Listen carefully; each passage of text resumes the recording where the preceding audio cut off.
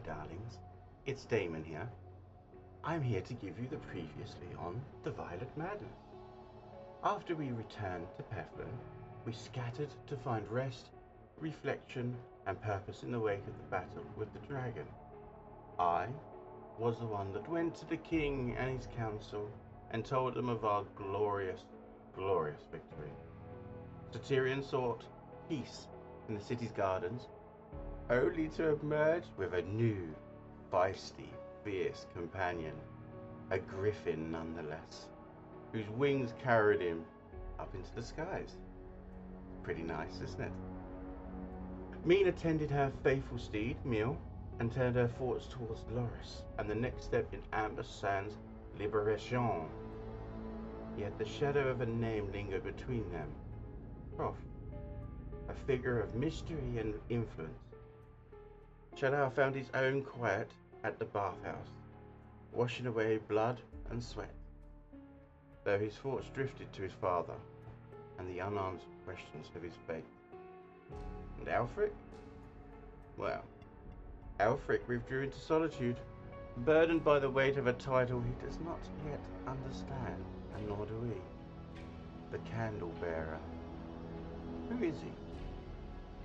What does he do? I guess we'll have to listen in and find out.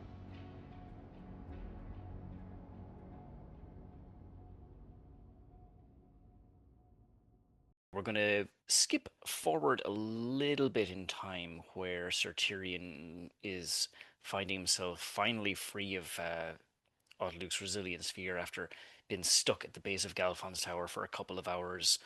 A couple of people have kind of walked past, like pointing at the paladin and his spectral griffin trapped within this orb, but that little piece of embarrassment aside, the orb does eventually fade. Aelfric and Damon have returned to Shadar's place to get a bit of food, maybe some drinks, that kind of thing. Mina had since also returned, but the last person to make their way back in to the place is the resident's owner, Shadar himself, after spending pretty much the entire day in the bathhouse. So I presume it's probably a little bit like a prune now at this point. Yeah, he's got those weird fingers. So yeah, he'll kind of pop in, open up the three locks, and walk in and goes, well, yes, toasty, I think. He's gonna make some cheese on toast. The smell of it will sort of pervade and sort of fly around the apartments, and he will he'll make that and maybe a boiled egg, and 5.5 minutes exactly, and he'll sit down in the recliner that he ordered, charged to the church, and he will but strictly made it known on the docket to make it say pew and not recliner. Exactly. The gravy boy, not a lazy boy. And yeah, he'll sit down and it'll rattle out like exactly like Joey and Chandler from Friends. Ah, and the legs will go up. Well, here I am again. And he's been kind of caught muttering to the Raven Queen now and again. Like, he talks to her when he thinks nobody's there. And he's like, yeah. Hello. Well, he's about to go to bed, so is it tea you're looking for? So he's kind of sitting there and he goes, I don't know.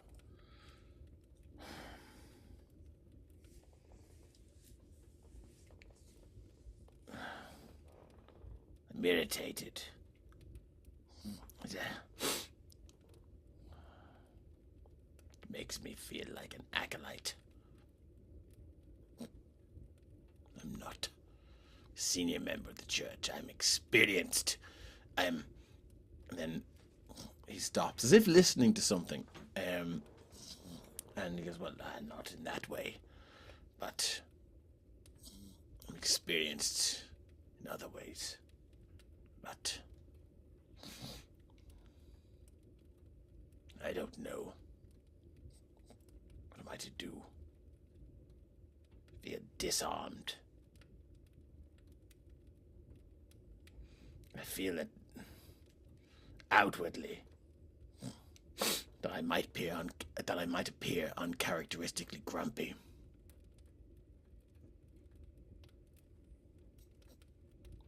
My usual jovial nature has been sort of, I don't know, clouded by my frustrations, dealing with a situation I'm not comfortable with, and I don't know what to do. He kind of scratches his head to see if he has any spell slots left, and he does, but now he has all of his stuff. So we are gonna drop a 7th level. Where is it gone? Where's my card sheet gone? Doop. To do Shadar if I can. There we go. I think we're gonna drop a 7th. Oh, there it is. 7th level scry. Anyway, I digress. I can't be talking about floozy minstrels. I spend too much time daydreaming of who and what she is. Need to get my mind back on track, as it were. Now is the time for this. And he'll sort of open all the blinds in the sitting room. If you can imagine, like, there's like a sitting room with like an open plan area, sitting room with a kitchen and a bar. It's a very, very spectacular bar area, and like several doors off, like a door. If you can imagine, there's a wall there with a door there, like on one side of the wall, and the other side of the wall, like with a corridor with like several bedrooms and stuff like that. This is a penthouse apartment. It's fucking pretty flash. So he's going to cast scry on his father. Okay. Bearing in mind that all the others are in their respective rooms, that you're just alone in the sitting room, and as far as he knows, he doesn't know like who's come back and who's not. Okay. I mean, he assumes Mina is still out because she's that kind of person. Okay, no, that's fair. It's just when keep in mind she's like a wrong'un. What? Keep in mind you like her, you know? Well, he doesn't know. He doesn't understand his feelings about her. So that angers him and irritates him. Speaking of which, I'm definitely in the house. Do I hear him muttering about this floozy? Oh, he's not. Well, oh God, he's not being. He's muttering. I think a DC 12 perception check is in order. Ooh, I'd argue that the easy. Bryan Adams vinyl playing in the corner might distort that a little bit. Oh, thinking about our younger years.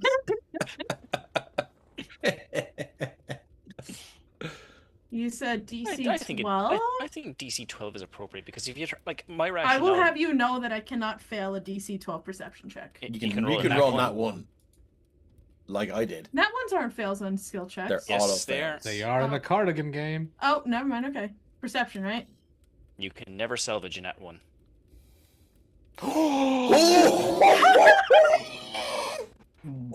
That is a nat 20, ladies and gentlemen. 1. That ain't no nat 1. That's floozy with a capital F. Fucking with a fucking. That's a. So, do you want to tell him what you got though? A nat 24, huh? 31. So. He's sort of preparing his bits and bobs and before he's going to cast a spell, but yeah. Well, before you say anything, Ali, let me just say this. With a nat 20, you would have heard the front door opening. That probably alerted you to the presence of, you assume, Shadar, because everyone else has been home. And as Shadar kind of sat in the recliner and kind of muttered to himself, you kind of, perhaps, I'll let you kind of correct this in a moment, but assume like went to go out and talk to him, but then as you kind of creaked open your door, you couldn't help but overhear him kind of like muttering to himself.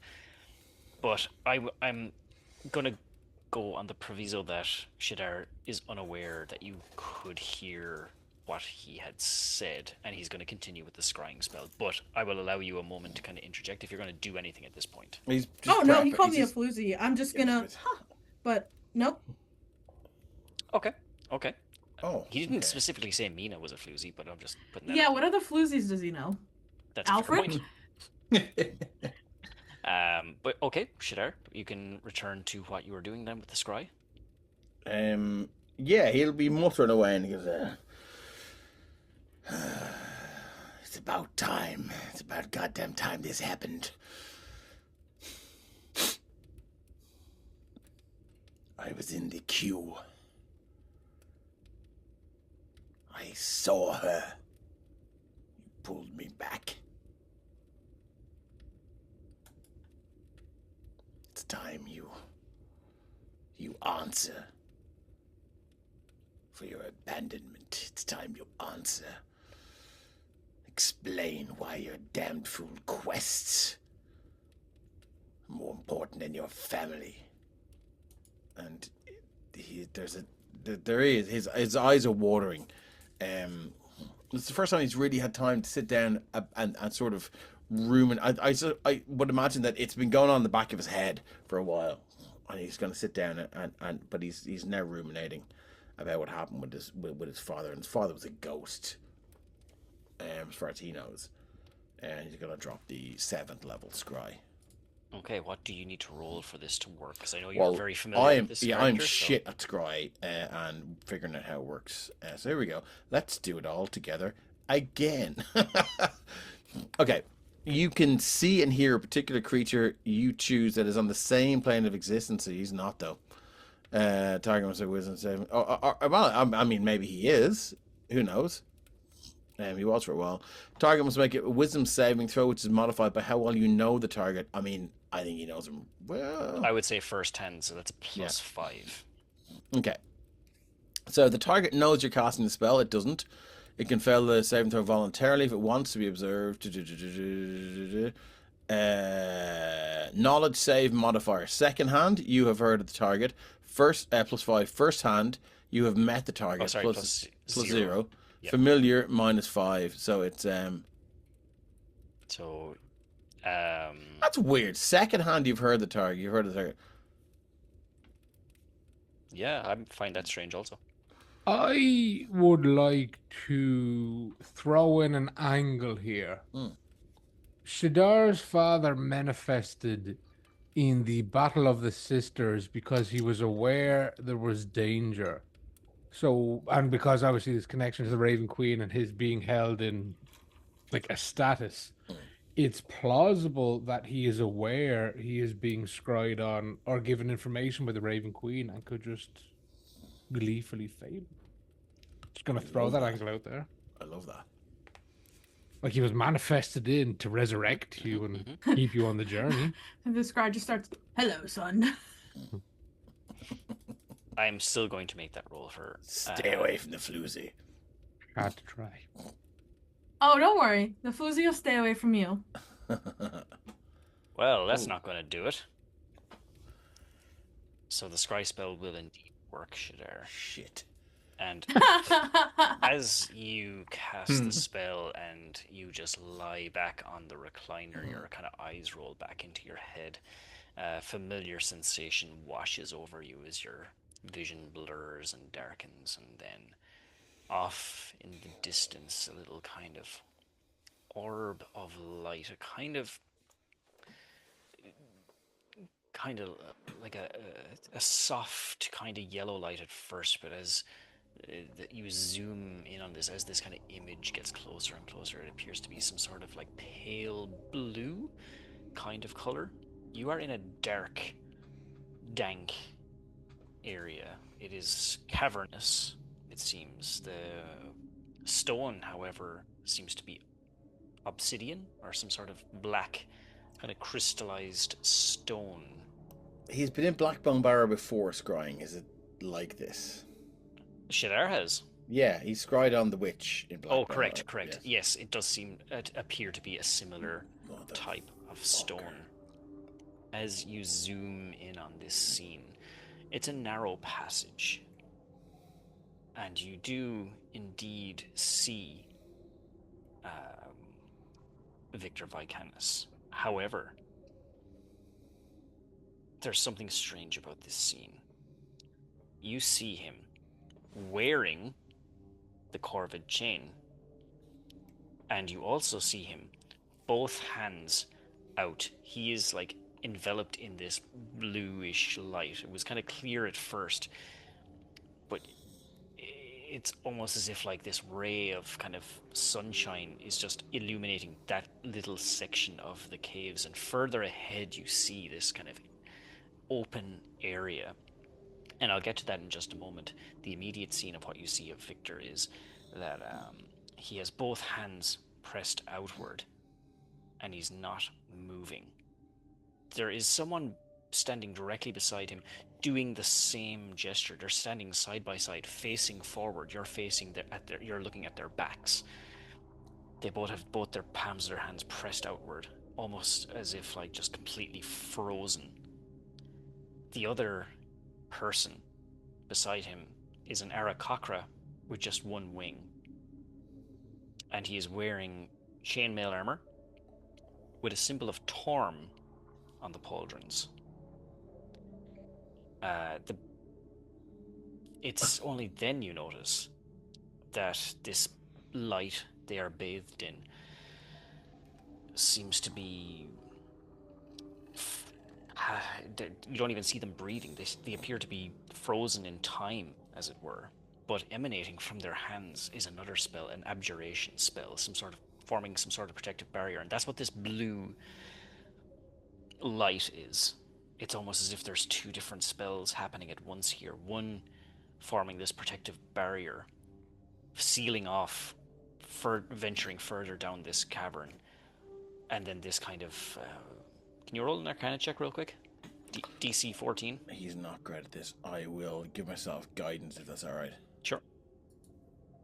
It'll be 17. No doubt about it.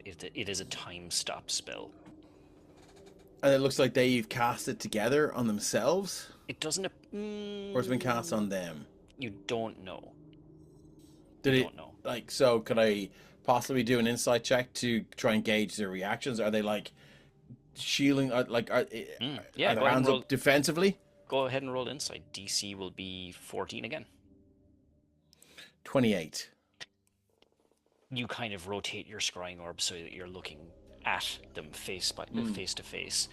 There's a look of sheer, bold determination on your father's face. There's a kind of neutral expression on the Aarakocras. I suppose with a kind of beaked face, it would be hard to discern. But with a 28, like, I mean, it's safe to say that their hand gestures facing forward, it's not something that they're like, oh, I need to stop this spell from happening. It's more like they're frozen in time casting this abjuration spell. So it's time stop and an unidentified abjuration spell. That seems to be forming some sort of barrier sealing this cavern. Right, so the area of effect around, like, from this spell is actually sealing off anyone passing past them. Correct. Further into the cavern. Correct. And it's Blackbone Barrow. You assume so. But what confirms that suspicion is once you look beyond them, again, rotating your scrying orb so you're looking at their backs. Further in, you see something familiar, though you can't get any closer because, for two reasons, that protective barrier and the fact that your scry spell is affixed to your father. You see further in, maybe about 50 feet in this kind of open area, a pale green light and a familiar hum. A tune that you heard just last night, actually, when you scryed on Esmeralda. And then footsteps echoing in the distance. But that is all you see and hear. Oh, man.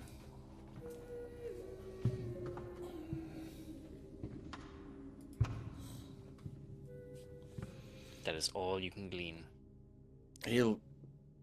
pick up the nearest thing and just fuck it across the room. God fucking damn it. What does the scry spell look like? Since Mina is kind of in the doorway. But he has to lay flat like you would in a grave. So the recliner is at like full, like level 20 recline. And the arms crossed is just for thematic purposes, right? Just well, no, it's a very important somatic part of the spell. Okay. And his eyes are just completely rolled back, so you can just see the whites of his eyes. It's like that, and he makes a noise. That's a very I feel like that's not so surprising. Like, I've traveled with Shadar enough. All right. But you are surprised though, Mina, when he suddenly jolts awake, grabs a nearby wine bottle and fucking slams it against the fireplace. I've never had a wine that tasted that bad. The fuck? Where did you come from? My room. Can I help you? No. She's just looking at the bottle. So I just received some bad news. There's a fresh one in the press if you want to bring it into yours. What bad news? Oh, definitely would.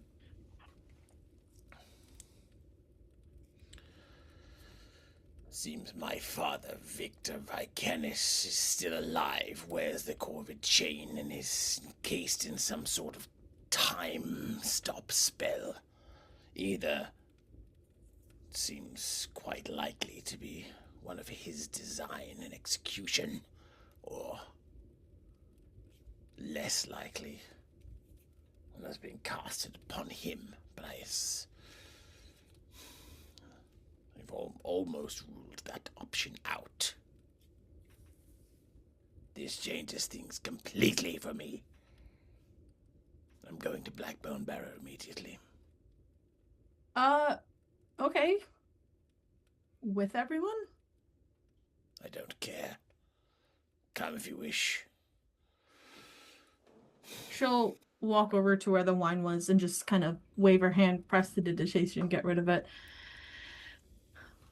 And then turn back to him and say, so, I thought we knew your father was there with Tyrion's family. Isn't that what the whole... He's alive. You thought he was dead? He appeared to me as a ghost, saved my life. Well, I say saved, but plucked me from the queue of the Raven Queen. I died in her service. He snatched my reward from me. He snatched my very reason to serve the Raven Queen from me. Here I am, back again. Isn't it fucking wonderful? Now I understand he's alive. A, I need to find out how and why he did that. And B, interrogate him. Not save him? Well, I suppose we can do an A and a half. Save him so I can interrogate him. Okay. I'm with you. We can go save your father. Why? Why are you with me?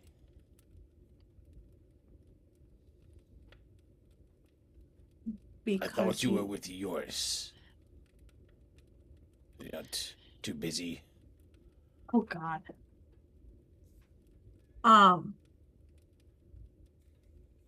No. I'm here, aren't I? We just fought a dragon together. We have done a crazy amount of things together. And I said I was going to help you already. Don't you remember? I told you I had the circle for Blackbone Barrow and Tyrion almost struck me down right then. He's a prudently suspicious gentleman. So that hasn't changed. I kind of feel like... Well, I suppose the question still remains, why? Why do you want to help me, Mina? I could just want to be doing the right thing. So my goals align with yours, which means they're both the right thing. Is that what you're trying to say, or...? I don't necessarily have a goal. Listen, if you don't want me to help, if you don't want me to come, you can just say so. I just want to know why. Why are you still here, Mina? You found your horse. Is there something keeping you here? The same thing that's keeping you here, that's keeping Tyrion here, that's keeping Aelfric here. What is that? Camaraderie? Is it not? Is that what it is? We're comrades. Yes. Good to know where we stand, then. I don't think I know where I stand if you're still questioning me on this. I thought we were good. Yes, of course we're good. Just, it's good to know where we're on the spectrum of relationships, as it were, and how people interact with each other, and that we are officially comrades. Go team. Are you jealous? Of what? I don't know. I mean, you can only... I can't be jealous of something that you are unaware of. Nina. Yoda shows up, he hands me a flower, and suddenly your personality gets even grumpier? Yeah, he gave you a flower. Where is this flower? In my room? What type of flower was it? A shadow blossom? A what? A shadow blossom? Are you versed in flowers? No, but it sounds right up my street. Shadow blossom. Well, I'm glad you kept it then, Mina. Yes. Anyway, it's good to know where we stand. We are comrades. Comrades. Just adventuring buddies. Thank you for cleaning up my wine. I wish I could learn that. I have a tendency to fire things against the wall sometimes when I get irked. Right. Okay. So you're coming with us then? Yes. Right. Well, okay. Why are you doing that thing when you pinch your nose? I can't believe things sometimes. What can't you believe? The Violet Madness stuff is rather crazy. I mean, I can't believe that myself sometimes, but...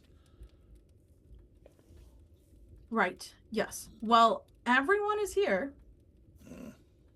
So we can grab everyone and talk about, changing the plan. No, I wouldn't want to impose on them.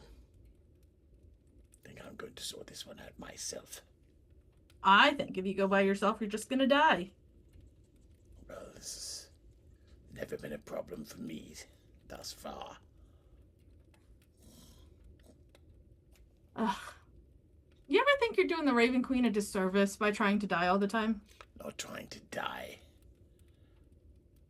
That'd be exactly what you'd be doing if you were going by yourself. Why, do you know more about Blackbone Barrow than you're saying? No, I don't know more about Blackbone Barrow than I'm saying. What I do know is that it's freaking Tyrion out, and it's freaking you out. And if you go in there all by yourself, given what I heard, I don't know, 2 powerful magic users are trapped in there. You think you're going to do better by yourself? I don't. No, you'd be trying to die. That's I'm not exactly what you trying would to be die. I doing. just know I have to do this. Tyrion has his death knight. You have yours. Aelfric has his books and things, and I don't know what's going on with that man. But I feel like he's. I don't know. He's the best of us, really. But maybe we should. How about you stop go our separate sulking ways. and you ask people? I'm sorry. Did you accuse me of sulking? Yes. How very dare you? Oh, yeah, I dare. You don't know me. But you know me, right? I'm a floozy. Fuck. I don't think there's any rolls necessary. He'll turn a deep red. And go, Right. Well, I should. here's a piece of information for you. Maybe I should And you reevaluate. can take it how you want. You're such a big follower of the Raven Queen. You live and you die and you breathe by the Raven Queen. And yet you still haven't seemed to realize that the Raven Queen doesn't want you to fucking die. She's not a keeper of the dead. She passes you through. She's a keeper of memories, and you are living a life that's not worth reaping if you're living a life where you're just trying to die. Shit, you're named after her namesake, the Shadar Kai, that literally go throughout the realms to collect memories worth keeping. And you think the Raven Queen is going to be happy to have your memories of sulking? Jesus Christ, Shadar, I'm going the fuck out. How about you talk to your friends in there who are willing to fucking die for you, and we can go do this thing together. Have a good night.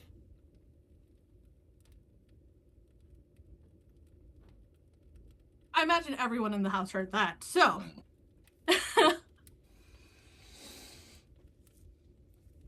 I mean, she just completely deconstructed him. He is not able to come back from that. Like, so. Oh, no, if it suits more, she can just leave, slam the door, done. Yeah, that is all Yeah. he's got. So, he'll sit there, he'll. So just one question when it comes to prestidigitation. Has the bottle reformed so he can throw it against the wall again? No, it's just cleaned up. Okay, damn. Okay, well he'll reach out for the closest Grab the thing, chair. and it's a fork. And fuck you. Ding, ding, ding, ding, ding, ding. Yeah. And he'll just sit. I would imagine that everyone else heard that. I think Shadar he'll just like lie in the recliner and doze and not doze and whatever. If any of the lads come out to talk to him, then he'll talk to them. If not, then happy to move on to the next morning. Unlike Shadar, Tyrion has a half an idea on women and is just staying fucking clear. That's a big bag of nope. I love that. I guess we'll just travel to Berinthas in relative silence. Sorry if that was too much. That was amazing. No, I'm happy to sit back and listen to Mom and Dad fight. Mommy loves Daddy. Daddy loves Mommy. Mommy loves Daddy. Daddy loves Mommy. What's a floozy? No! Why does it rhyme with jacuzzi? So with that, then, we will venture forth to the following morning, where you're all packed up and ready to go on your travels. I think there'll be a couple of moments where, like during the travel, Shadar will be like, Oh no, we don't even get that far, because as we're all packing up by the gate, Mina's like, so where are we going? So all the party are present at this point. Yep, I'm assuming this is like we're leaving town kind of a thing. I've got the horse, we've all packed. Shadar is probably packed a bit more, and he goes, well, my friends, this is where I leave you. I'm gonna roll my eyes so freaking hard that you can hear them falling out of my skull and bouncing off the pavement. Leave us? What do you mean? I casted a scry spell last night. Something about the experience where I was plucked from my eventual reward and my eventual I can't think of the word, but completion, moment of completion, that's it. From the Raven Queen by the ghost of my father. Decided to scry upon him last night. He is alive. He is encased in some sort of, I don't know, time temporal sphere or something like that in Blackbone Barrow, where the witch, the hag, weapon Esmeralda operates. Yeah. And instead of deciding to ask you if you would accompany him, he's just decided to fuck off by himself. Were we not already aware of this? Well, last night I cast a scry spell and there he was, frozen in some sort of temporal sphere. Esmeralda, the hag, the witch, the floozy, just going about her haggy business, throwing things into cauldrons and all the rest of it. Death Knights are, well, they're bad business, but this is personal. Now, if you can prove to me that this Death Knight is not merely guarding something or some sort of sentinel deep in a dungeon and not tearing the community apart or villages and murdering people, then I think I shall head to Blackbone Barrow. But if this Death Knight is actively causing mayhem, then I will put that Victor Vicanus business on hold. Well, Temple stasis, as it were. a few bullet points here, if I may. If my memory serves me correctly, I believe when your father made his appearance, he informed us of the dangers in Blackbone Barrow and wanted us to paraphrase here slightly, perhaps, prepare ourselves and gear up, as some may say, that we need to be fully stocked and prepared to encounter Esmeralda. But not only that, this Death Knight lies in Berinthas, which is, as the raven flies, between us and Blackbone. We legitimately have to walk past this walking terror to get there. Mina's twirling a piece of chalk between her hands. It's a very good point. Aelfric, I'm not well versed in higher level arcana the way you are. If they are, oh, actually, do I know it's a time stop, or that's just I don't know it's a time stop, right? I think Shadar alluded to that. Oh, Yeah, I mean, I think he did pretty well on the. Okay. Excuse me, on the arcana, so he would have explained it. So if they are in this time locked position, does that fade? Should I roll Arcana to see how much I know about this mark? Sure. Been frozen for a few years now. Yeah, go ahead and roll Arcana on that, Aelfric. Okay, one moment. It's a 28. Yeah, with Tyrion saying that they've been like that for a few years now minimum, you would know that no way a time stop spell would last that long. There's something else going on here.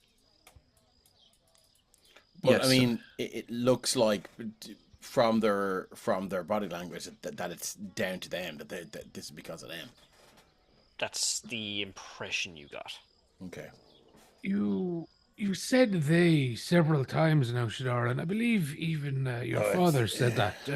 It's another cockra. Could you describe them, please? Yeah, that's it. One eye, and shoulder pauldrons of. It was one wing. Sorry, one wing. Sorry, apologies. Yes, it's one wing, and shoulder pauldron armor bedecked with the raiment of Torm.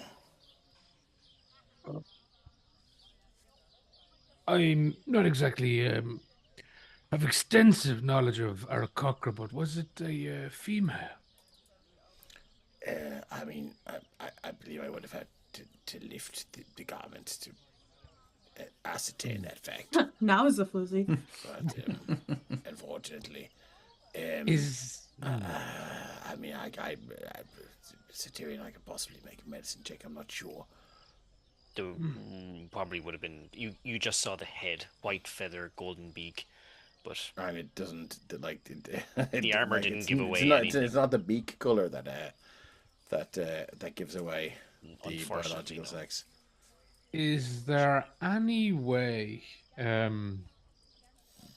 any checks or anything like that to determine if Tyrion would be able to decipher if this is Ironis the Kind? You could try casting a scry spell. Not yet, I can't. What do you think Ironis looks like?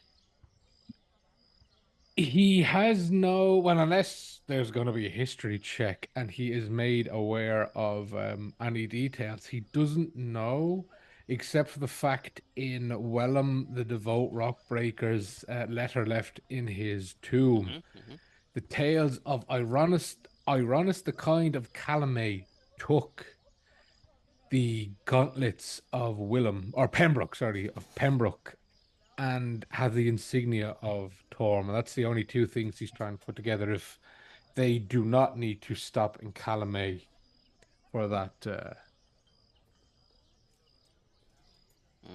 quest.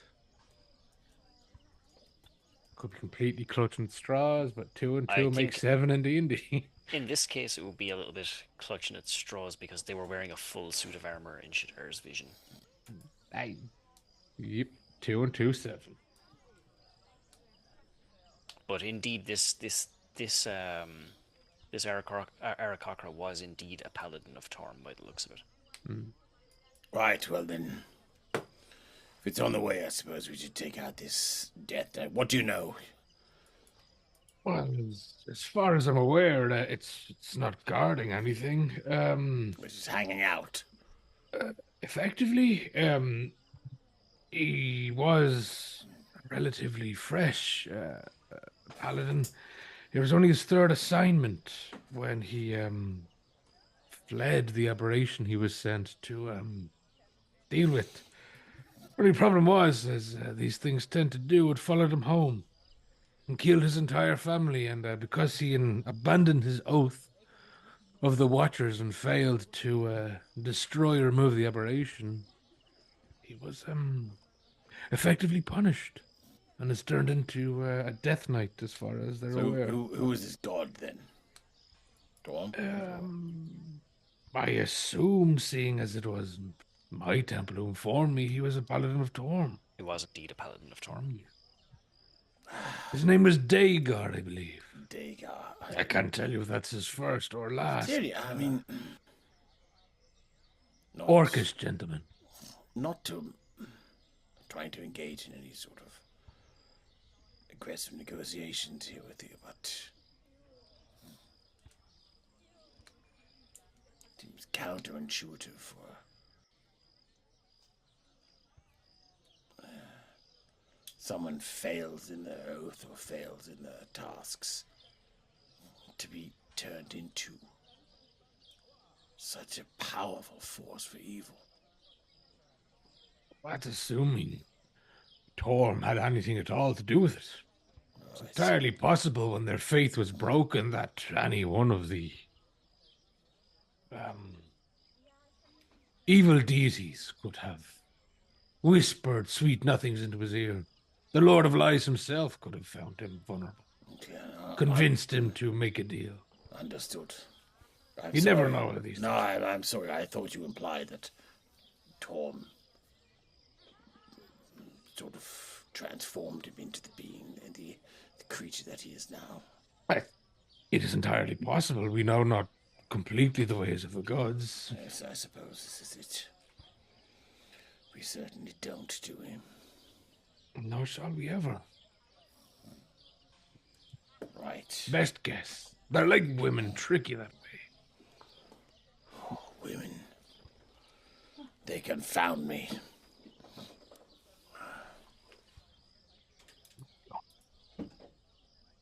Question for you, Satyrian.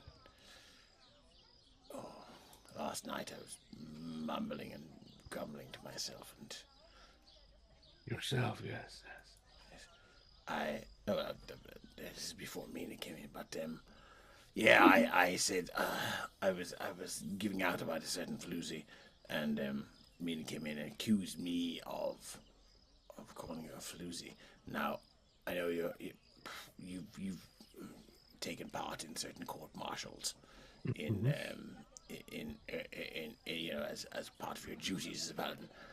How would you handle that? An accusation that is now. Oh, well, of course, like all accusations, the most important factor in all is to instantly repute it with the fact. It's mighty, as it were. Indeed, so I assume the second she accused you of calling her the floozy, you informed her that was incorrect and informed her of the correct floozy. Shit. Take that as a no. Should have. That's exactly the thing I should have done. That, yes, quite. Even if it was not the case, you do not leave time for them to fester like a wound. An infection builds. These are good things I'm learning here now. Okay, so. Life lessons often come too late. I mean, mostly when you're dead, but what should I do now? I think she hates me now. Well, no. Scorn, hate, no. Best thing now, flowers. Flame strike. No. Unless Flame Strike is a brand of wine, or those sweet treats from foreign places. Sweet things, wine, flowers, shadow and blossoms. upmost. I hear she likes shadow blossoms. Where might one purchase some of those? I mean, to be quite honest with you, they sound very much up my street. I mean, I might get myself a set of armor bedecked in shadow blossoms. But you can actually see it, because on Mina's horse, she's actually got it, like sticking out of the bag. Just the one? Oh yeah, he only got me one. I think the most pertinent and important part of all of this will be a heartfelt apology, though. Sincere one. Must be real heart and meaning behind it. You can't I have to mean it. Yes, you can't just say the words. They'll know. Don't ask me how, but they'll know. Right. It's like a sixth sense. They can smell your fear. I'm beginning to learn that. So then, right, I'll just do it. You know what? I'll probably mull over it for 4 days and then. No, not too long. No. No. This. If you leave it too long, well, like all infections, you must remove the limb. So if you stand any chance to amputation, you say? That I am skilled at. If you intend to have any wishes to remain in a romantically inclined, it's best to do with them, or at least lay down your intention. Any romance has happened here. I do. Unfortunately, I think I was quite clear in my intentions a while back. You're about as clear as dishwater. Shit. Yeah, you're doing your best, and no one will hold it against you. But Should I dig her a grave? no, No. no, little early for that. It's never too early for a grave, my friend. Do you think? Yes, in your perspective, Should it's I not. dig yours a grave? I could put him in Not it. if you do, don't let her know. Excellent. There's this covert fine grave. line between romantic intent And murder. and stalker. Oh, And a grave is definitely we definitely both said the on the two wrong different side. words there. At the end of that. Yeah. Okay. I mean, Dexter would be a fine line. The best thing you can do is apologize heartfeltly, without threatening to flame strike, mace, or throw a bottle of wine against the wall. Right. Very good. Very good. Let's do that. And then. don't insult the horse. Yeah. I'll Compliment the I'll- horse. I'll wait for an opening. Strike. Not Not flame, flame strike. strike. No. I'll wait for an opening and strike. With my apology. Yes. No insults. No insults and an apology. No, right. Okay. How about a charm person? No, that's No, completely wrong. that's All right, that's right. going on the wrong side of the line again. Absolutely. Okay. Think about Maybe I just pop a bit of guidance on myself. it. Good. Yes. That's a good choice. That's Excellent. a good choice. I think we should speak with Aelfric. This Naren thing is curious. So we're heading to Berinthas now. Where everyone's I suppose it's on the way, isn't it? Yeah, exactly. As the raven flies. Yes. Take out the Death Knight.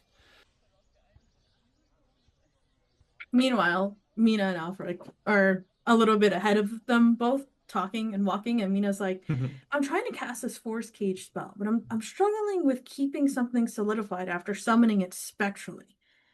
Would you take a look at this? Yes, I've always been curious how exactly. Now, when I learn this spell, I learn it from a book, but you have a sort of musical element to it. How does that work exactly? Well, there's magic in words and conjurations and songs, and I don't know, for this spell specifically, it's all coming from memory. So, like, there's a certain element of, how when you're studying and you've got a song playing, or you're studying in a certain situation, and then the song comes up later and it kind of jars your memory for that. It's kind of like that, but that's how we're storing the magic in our head. So instead of you thinking back to a book, I'm thinking back to a melody. And there's magic, there's magic in water, there's magic in memories, there's memories in water. It's all kind of cyclic. That's very interesting stuff. So you've definitely remembered it right. But I couldn't keep it. If the spell had worked properly, that dragon would have been trapped for, well, a while. And you're definitely in tune. Well, thank you. Well, performance issues, not uncommon on a first deployment. That's true. I'm just trying to figure out if it was in fact performance, or if I've got this wrong. Well, practice makes perfect. Should I put somebody in a cage? Do you have any candidates for that you can think of? Maybe.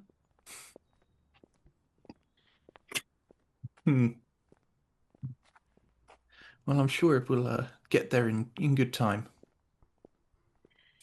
Yes, it's just with all these death knights and seeing family and weird hags, and I don't even know what else. Well, a bit of pressure can help with tricky situations, can bring out the best in you. That's what I've been hoping. Yes, I've been kind of thinking back to the way that you summon spells. I think it's been helping me.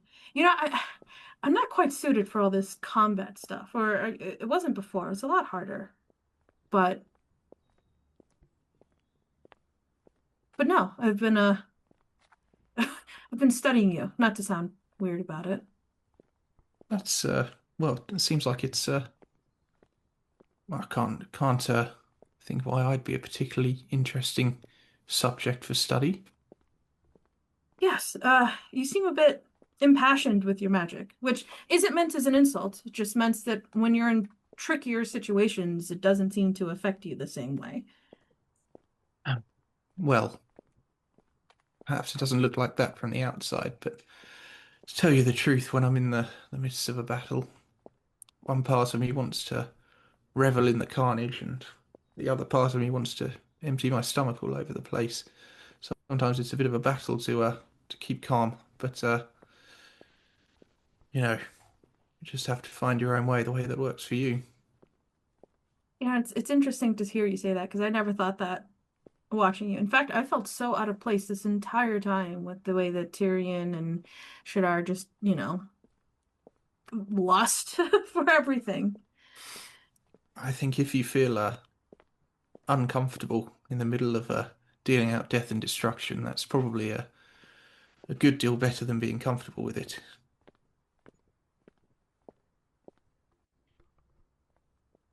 That's true. It's more the battles and less the death. I mean, we all die. You get used to it after a while. Well, my friend. Hello, Shadar. Mina stops the horse so that you guys keep walking, and she ends up going back to where Tyrion is. And he'll kind of look back and he'll look very pleased. I can't claim to be the most insightful, but is there a little bit of tension there by any chance? So did you ask what are my intentions? There's a little bit of tension between you and Mina there. Maybe you probably have to ask Mina about that. Everything's fine on my side anyway. Oh, good. As long as you're feeling well. Was there something that you wanted to ask me? Mina and I were just talking about different methods of casting spells. It's a good, very interesting topic of thought for me. So, yeah, and what did you say about her methods of casting spells? Well, you see, it's mostly I can't. Music, or is it? Yes, I can't confess to being particularly musically inclined, but that seems to be the core of it. Didn't mention about praying to any creatures of my kind. No, not in this instance, but obviously that's very, very effective for yourself, of course.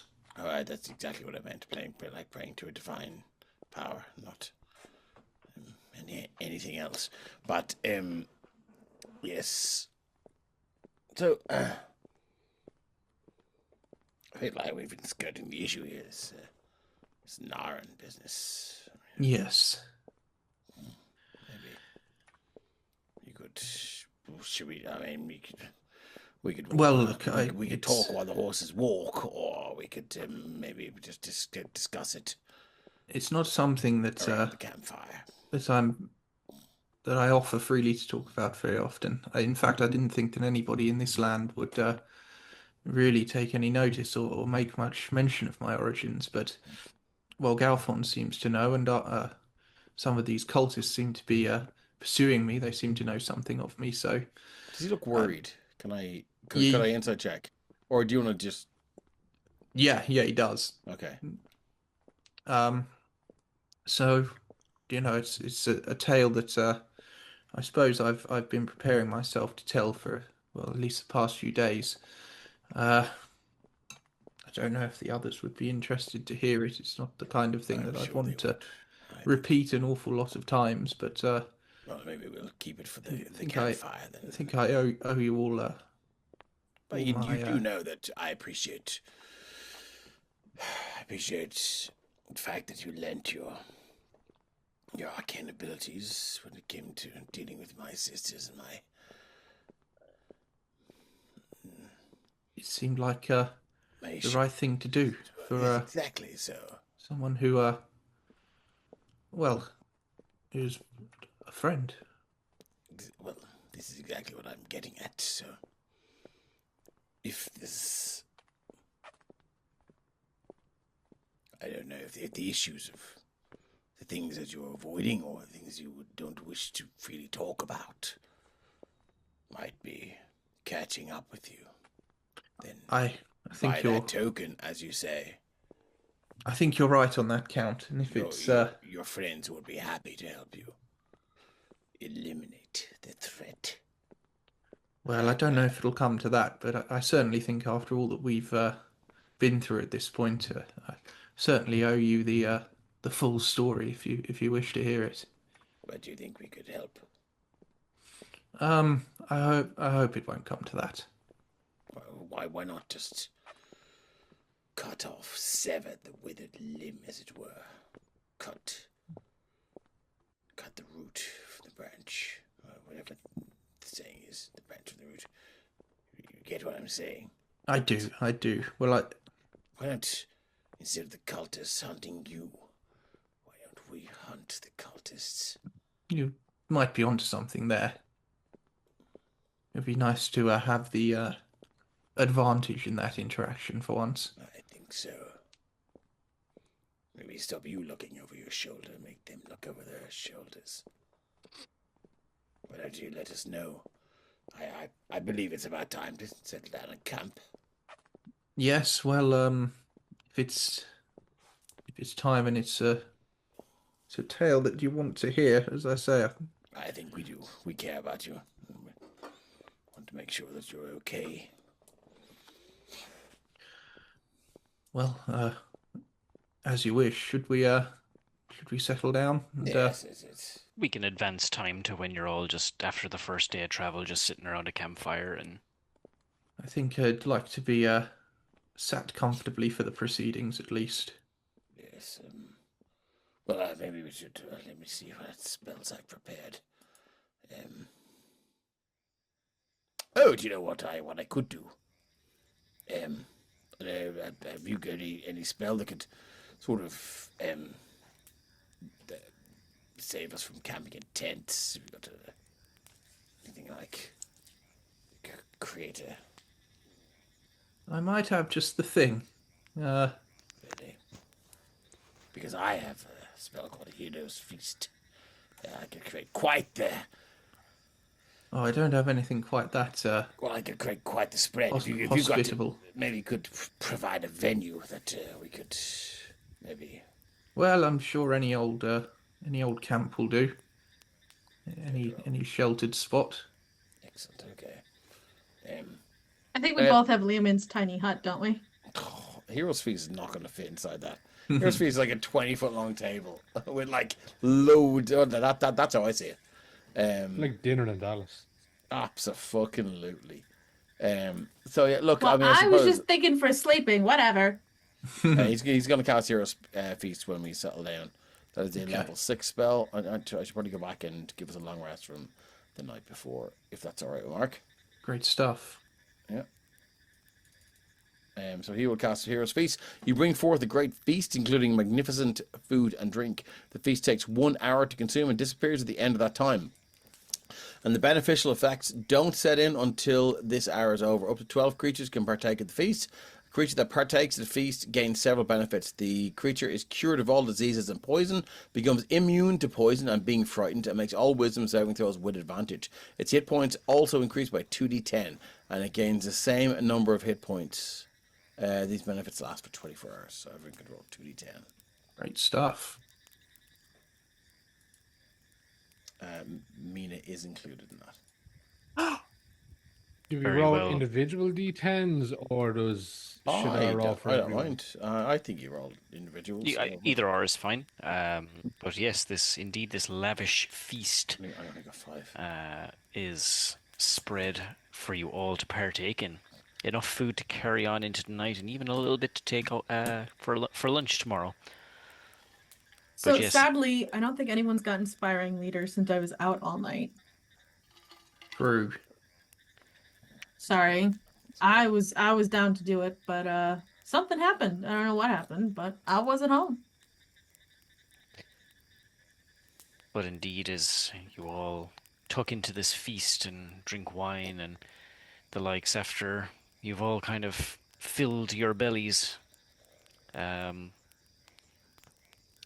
yeah, Aelfric, if you want to Yeah, lead Alfred's been proceedings. kind of picking at his food a little bit, not really gorging himself as much as perhaps someone would at a hero's feast.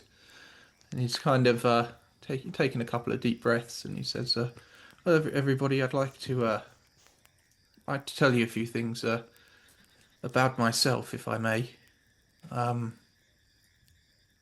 few of you have had some questions about my origins in Naren, where I'm from, and seems that some of these cultists are even pursuing me on this basis. So it's probably for the best if the truth is told. It's not sure I'm very good at this sort of thing, but you've all shared so much of yourselves, your past, your memories, your pain. I think it's time I did the same, or at least tried to. My name, Aelfric Naren, is not the name that I was born with. That name is gone. It was taken from me, and I don't know. I don't know what it was. When I was only a child. You see, in my homeland, in Naren, magical aptitude is not something that is practiced freely. It is something that is deemed to be the property of the throne of Naren, and in every town, every city, every village, children are tested for the talent of magical ability, and those that are found to possess it are taken and conscripted into a regiment of battle mages known as the Legio Arcana.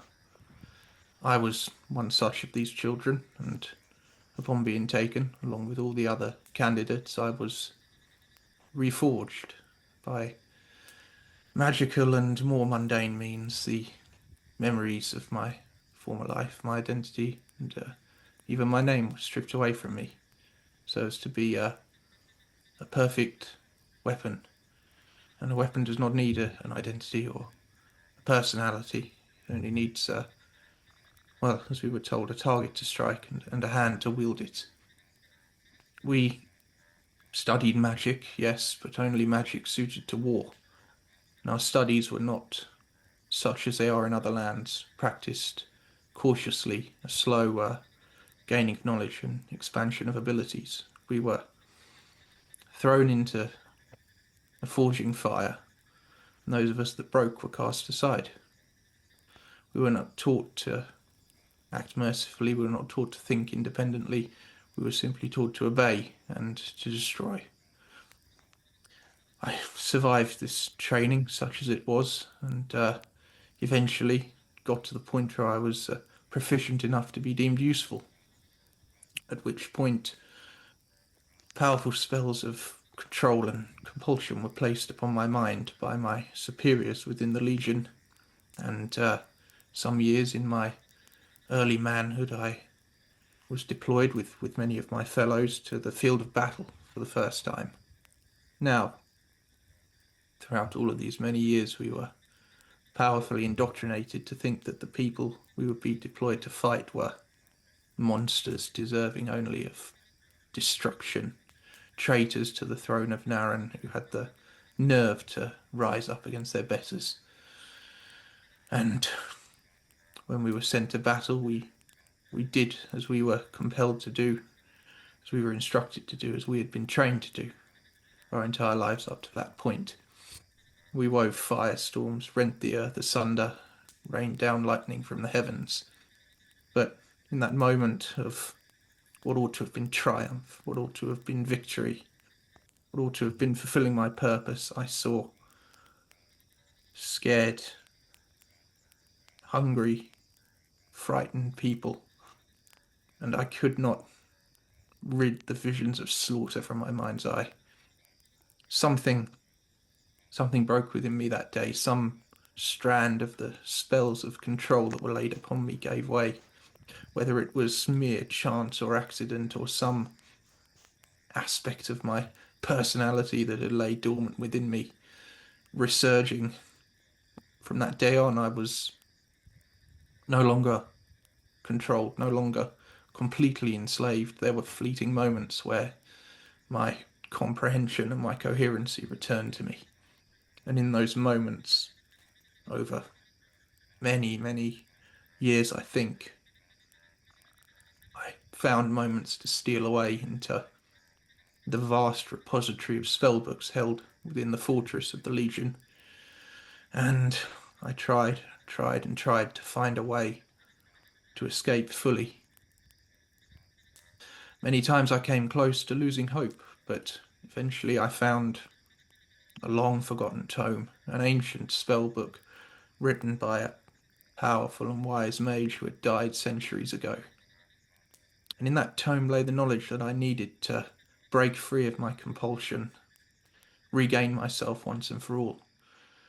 The tome was written by a man called Aelfric, and I swore to myself that if I did ever have the fortune to break free, I would take his name as my own in honour of the knowledge and the gift that he had given me. I studied his work furtively whenever time and secrecy would allow, and when the time came when we were once again deployed to battle and free of the fortress of the Legion, I sprung my trap and broke free. I fled as fast and as far from Naren as I could, and for many years after that I was a wanderer. I immersed myself in study because in study I felt less lost. It was all that I ever knew. I had my freedom, I had the ability to choose my own fate, but I didn't know what to do. The world was so vast and I had so little experience of it. For years I wandered like this, eventually coming to this land, and eventually I received this summons from Galfond that brought me to where we are today. And I think that might have been the best thing that ever happened to me, because in meeting with you all, travelling with you, fighting alongside you, I've been given a very rare gift, perhaps almost as great as the gift that old Aelfric gave me in his book. I've seen a glimpse of, well, nothing less than heroism, kind I'd only ever read about in books before. It's inspired me.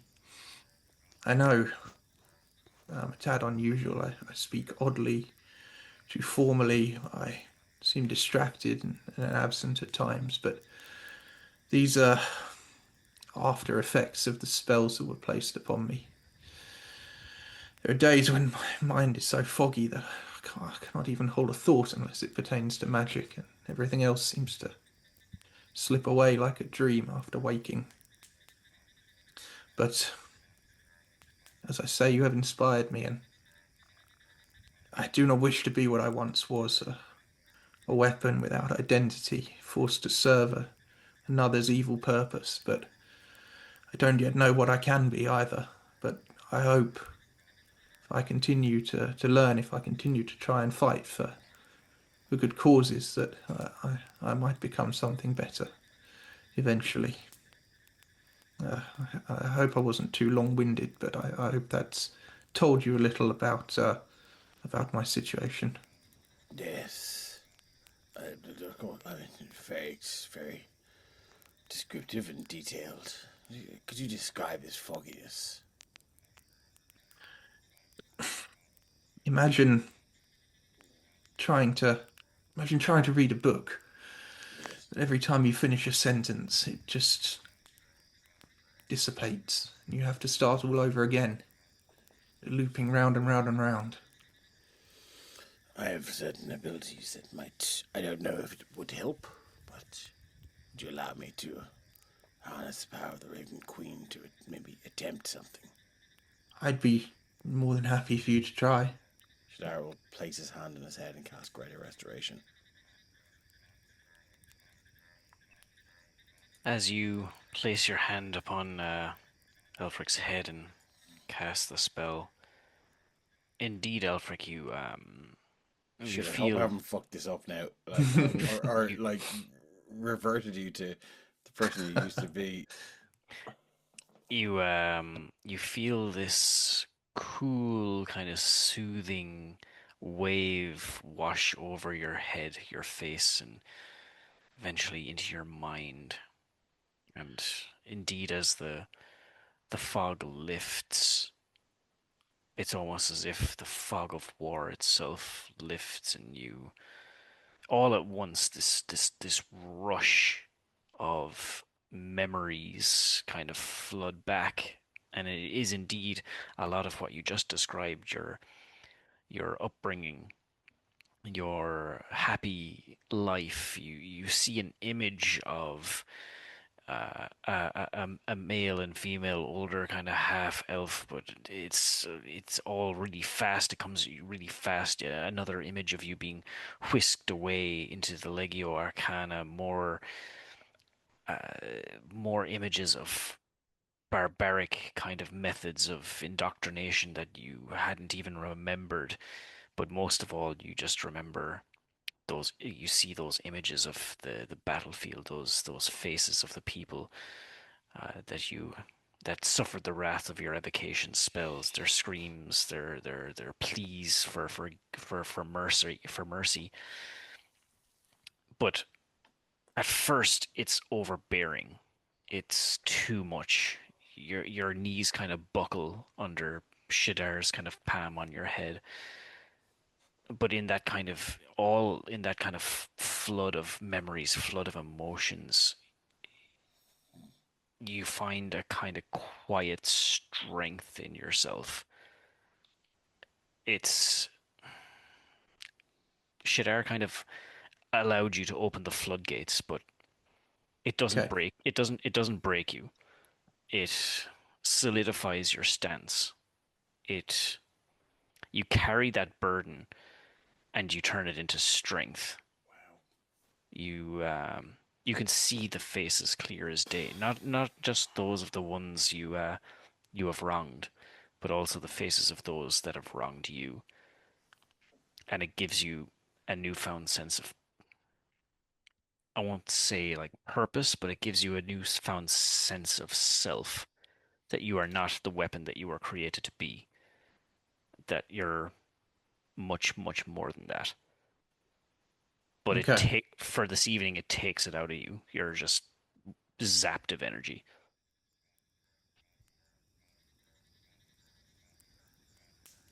Okay, so yeah, Aelfric kind of gets to his feet, regains his stance, kind of a little unsteadily, and I think Shadar will offer a hug. You see he's got some tears falling from his eyes, and he kind of sees Shadar offering this hug, and he sort of first he sort of hugs him back, but he kind of sort of like falls into him in quite a sort of vulnerable fashion. Yeah, Shadar will hold him until like there's a very, very strong grip, and maybe the press of the chainmail is a little uncomfortable against his robes. But Shadar will hold him until when you feel somebody's ready to finish the hug. Yeah, like a Disney cast member, you can't let go first. So he'll keep it there until. Thank you, Shadar. I think that was actually rather helpful. I'm not privy to what happened when I cast a spell. I just know that it helps. So, it takes a lot out of me, but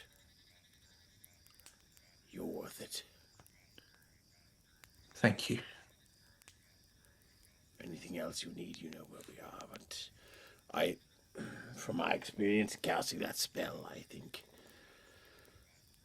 you're going to need a few hours by yourself. Yes, I think I shall take myself to bed rather imminently. But yes, all of you, thank you. You're okay, Aelfric. I think I will be. No, as in you're all right. Oh. Like you're a good egg. That's what it says.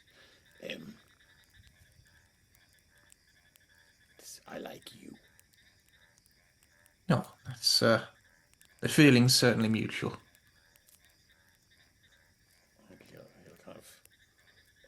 he'll go in for the shake hands, and then he'll do a fist bump, and it'll get awkward, and he'll grab the fist and he'll shake. Yeah, well, Aelfric returns it, but with his mage hand. Amazing. Amazing.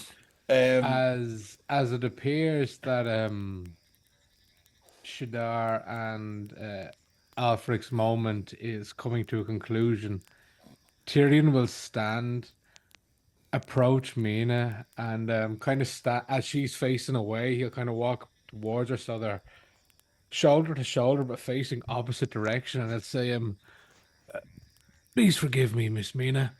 And he'll hook her ankle with his own and elbow her so she falls over like into the dirt. And go, Shadar, could you help Miss Mina, please? Is there any way I can like not do that?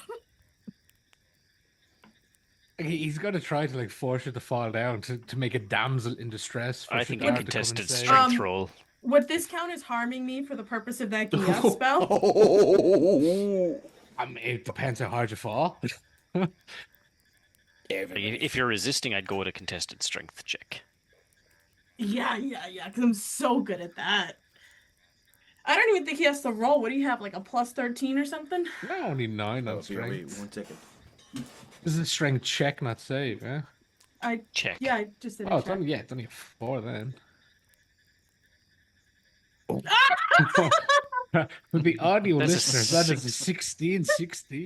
So they both rolled a 16. Let's roll one more time. Oh my gosh. No, but I rolled so good that time. I'm not going to do it again. No! No! Yeah, That time was a 90 to 11. Unfortunately, Mina, you are caught a little off guard. You try to kind of salvage it, but Tyrion, not forcefully, not like so much that it like causes pain or anything, but he kind of shoves you to the ground a little bit, and indeed Tyrion, what the calls fuck? Shadar over. He did whisper that, please forgive me, right as he does it. But as Mina falls to the dirt in her white riding leathers, he'll step away from her, leaving Shadar a damsel in distress, and he'll approach Aelfric, and he'll say, he'll approach him and say, I'm gonna mage hand, like, shove him, smack him in the back of the head. I know it doesn't do anything, but it's the point. It's the principle. It's the principle of the thing. Aelfric is having a crisis, and you want to fucking trip me? What is wrong with you? I'm over here trying to figure out what to say. Does Shadar believe? Like, You definitely heard like a yelp and a what the fuck. But... like all you see is you've had a close and personal moment That's fair. with Aelfric, and as you turn, Mina's eating dirt. Jesus Christ. So Tyrion will step towards Aelfric as Mina falls over an invisible log that definitely wasn't a size 13 fucking chainmail boot. What the fuck? I guess he'll step in. You'll what's happened now? You all right? And as he has this opportunity for the damsel in distress, Tyrion will approach Aelfric and kind of take him aside as he's walking to his Dod. I was going to say bedroll, but I couldn't think of what the fucking words were. As he's approaching his bedroll, he'll pull him and goes, Aelfric, if you have a moment, Of course, Sir Tyrion. I must say, your story has hit me on several levels. The amounts in which our journeys had parallels was striking, although while being parallel in nature were also complete opposites, as I was aware and fully volunteered of my journey. You were taken and forced on yours. And I find that completely unacceptable and offensive. And I just want you to know, once our business here is complete, if we survive, of course, being a very important parenthesis on this matter, Of course. I would gladly accompany you in seeking vengeance on anyone you deem necessary. Do with that as you wish. Thank you, Satyrian. No, I could not stand for anything or anyone willing to remove someone from their family in a destiny they did not wish. Everything I do is for my family, whereas you were plucked from yours, and that is a most heinous crime. I agree, of course. I have tried not to dwell too much on vengeance. But I thank you for your confidence in me and your selflessness. And I do mean it when I say that you and the others are very inspiring. Well, I do believe of recent times, you and the others are the closest thing to family I can hope to have, and as such, you have my blood and my bond and my honor to do with as necessary. I consider that to be an absolute honor, and for what it's worth, I think I feel just the same way.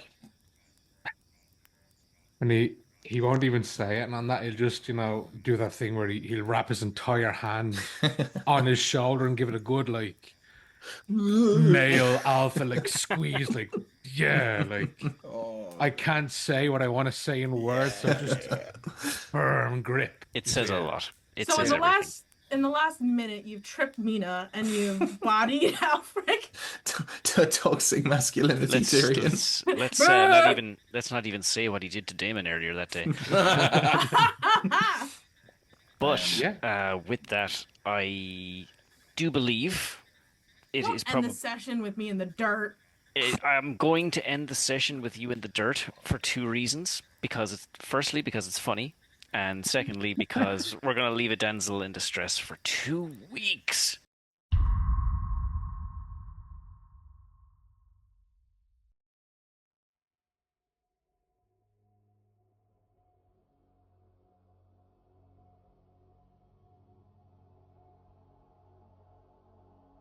That's it for this episode of The Violet Madness. Your players for this story were Matt as Aelfric el Naren, Stephen, your paladin pal, as Sir Tyrion Shadowbane, Ali Mar as Mina Dumont, Ryan, aka Deranged Rhino, as Damon Phileas Venust, Dave at Emerald Collective Dave as Shadar Vicanis, and your GM for this adventure is Mark Corrigan. You can find us all on the Emerald Collective Discord server, and we'd love to hear your thoughts, theories, and favourite moments, so feel free to join our ever-growing community of adventurers. And, if you're enjoying the story, don't forget to follow and subscribe on your podcast platform. Until next time, thank you for adventuring with us.